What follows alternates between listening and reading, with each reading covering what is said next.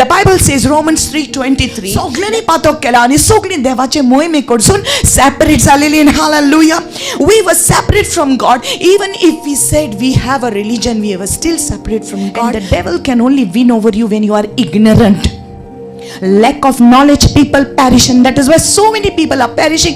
Kitle munis eyes kaltancho nasata kidak tanga hobar na sot kidete annanga hobar na kidde Jesus amcha pasot kelate sot tu zara zatale sot tu ka swatantro kota. Amen, amen. And today I want to tell you that Jesus Christ has set you free, but then you are not to stay in your freedom here. You got to make progress in your life. Go little forward and grow little higher. Hallelujah.